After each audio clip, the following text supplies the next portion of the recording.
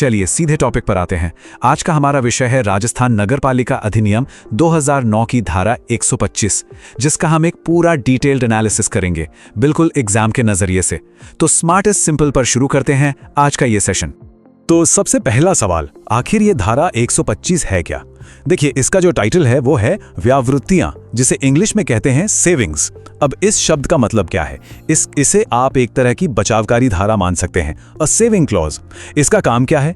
इसका सीधा सा काम है कि नगरपालिका कोई कार्रवाई कर रही है और उसमें कोई छोटी मोटी टेक्निकल गलती हो जाती है, तो सिर्फ उस छोटी सी गलती की वजह से पूरी की पूरी कार्रवाई रद्द न हो जाए। ये एक बहुत ही फंडामेंटल लीगल प्रिंसिपल पर काम करती है, सब्सटेंस ओवर फॉर्म।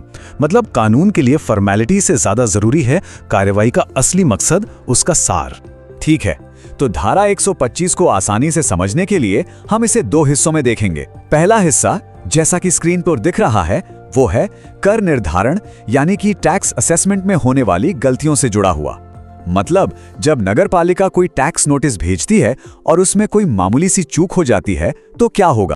तो सवाल ये उठता है कि वो कौन सी गलतियां हैं जिन्हें कानून माफ कर देता है, जिन्हें नजरअंदाज किया जा सकता है।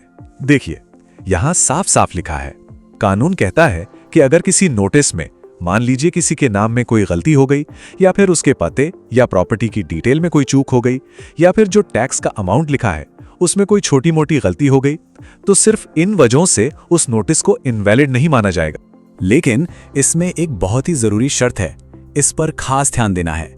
ये छूट तभी मिलती है जब नोटिस में जो डिस्क्रिप्शन दिया गया है वो सारवान रूप से यानी सब्सटेंशियली सही हो। अब इसका क्या मतलब हुआ? इसका मतलब यह है कि ठीक है, छोटी मोटी गलतियां हैं, पर उन गलतियों के बाद भी ये एकदम साफ होना चाहिए कि नोटिस किस व्यक्ति के लिए है और किस प्रॉपर्टी के लिए है। मतलब आइडेंटिफिकेशन में कोई कंफ्यूजन की गुंजाइश नहीं होनी चाहिए।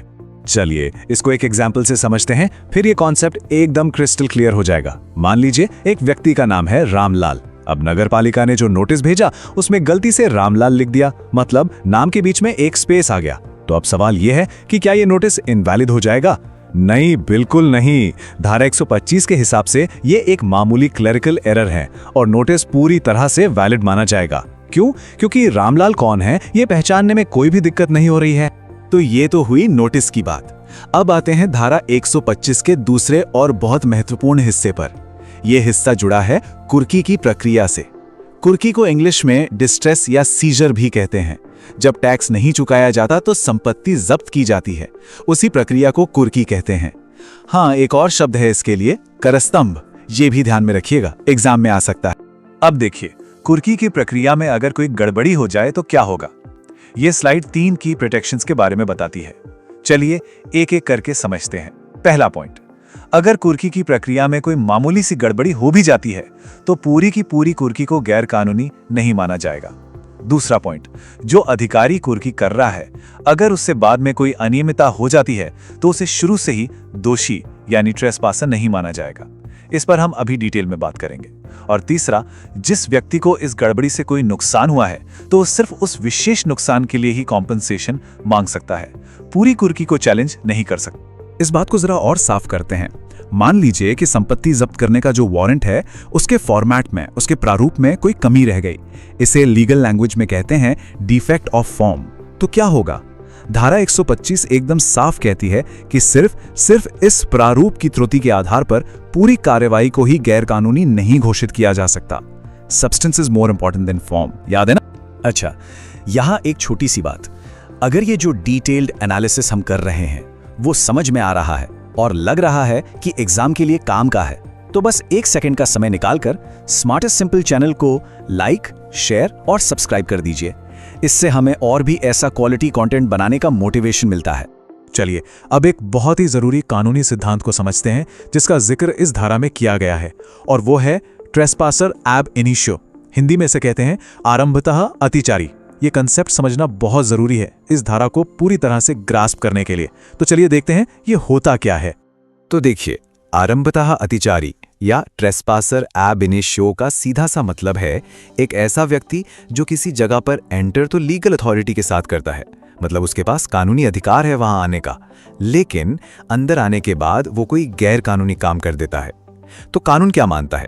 कानून ये मानता है कि भले ही वो आया सही तरीके से था, लेकिन उसके बाद वाले गलत काम की वजह से उसका आना शुरू से ही फ्रॉम द वेरी बिगनिंग गलत था। मतलब उसकी पूरी कार्यवाही अवैध हो जाती। अब इस कंपैरिजन को देखिए, इससे ये कॉन्सेप्ट एकदम साफ हो जाएगा। देखिए, सामान्य कानून में क्या होता है, एक अधिकारी लीगल एंट्री लेता है, बाद में कुछ इलीगल एक्ट कर देता है, तो नतीजा पूरी की पूरी एक्शन शुरू से इलीगल हो जाती है। वो बन जाता है ट्रेसपासर अब इनिशियो। लेकिन धारा 125 यहां पर एक ढाल का काम करती है नगरपालिका के अधिकारी के लिए। इसके तहत कुर्की की कार्रवाई लीगल तरीके से शुरू होती है, बाद में कोई अनियमितता या इरेगुलरिटी हो जाती है, तो नतीजा क्या होता है, शुरुआती एक्शन लीगल ही रहती है और उस अधिकारी को आरंभतः अतिचारी नहीं माना जाता। यह बहुत बड़ा प्रोटेक्शन है। ठीक है, तो अब तक हमने जो भी डिस्कस किया उसे फटाफट समराइज कर लेते हैं। ये स्लाइड धारा 125 का सार है, मतलब की points at a glance. Revision के लिए ये बहुत काम की है। चलिए इस टेबल को जल्दी से देख लेते हैं। पहला, उद्देश्य, इसका ऑब्जेक्टिव क्या है, लिपिकीय या तकनीकी त्रुटियों से कार्यवाही को बचाना। दूसरा, नियम, रूल क्या है, सीधा सा रूल है कि अगर आशय सारवान रूप से स्पष्ट है तो गलती को नजरअंदाज किया जाएगा। तीसरा, कुर्की, फॉर्म में गलती होने पर भी कुर्की वैध रहेगी, इल्लीगल नहीं होगी। चौथा, कानूनी सिद्धांत, अधिकारी आरंभतः अतिचारी नहीं बनता है, यह हमने अभी समझा। और आखिरी पॉइंट, उपाय, अगर किसी को नुकसान हुआ है तो उपाय क्या है, पीड़ित व्यक्ति केवल हुई विशेष हानि के लिए ही मुआवजा मांग सकता है। चलिए अब टाइम है नॉलेज टेस्ट का। देखते हैं कि ये टॉपिक कितना समझ आया। स्क्रीन पर एक एमसीक्यू है, बिल्कुल आरपीएससी के लेवल का, जो सीधे सीधे धारा 125 पर ही बेस्ड है। प्रश्न को बहुत ध्यान से पढ़िए। प्रश्न है, राजस्थान नगरपालिका अधिनियम 2009 की धारा 125 के संदर्भ में इन कथनों पर विचार कीजिए। पहला कथन, कोई भी कर निर्धारण नोटिस केवल लिपिकीय त्रुटि के आधार पर अवैध घोषित नहीं किया जा सकता, बशर्ते आशय सारवान रूप से स्पष्ट हो। दूसरा कथन, कर वसूली के लिए की गई कुर्की की कार्यवाही में यदि प्ररूप यानी फॉर्म की कोई त्रुटि पाई जाती है तो वह संपूर्ण कार्यवाही प्रारंभ से ही अवैध मानी जाएगी। और तीसरा कथन, कुर्की करने वाला अधिकारी बाद में की गई किसी अनियमितता के कारण आरंभतः अतिचारी नहीं माना जाएगा। आपको बताना है कि इनमें से कौन सा या कौन से कथन सत्य हैं। ऑप्शंस हैं ए केवल 1, बी केवल 1 और 3, सी केवल 2 और 3 या डी 1, 2 और 3।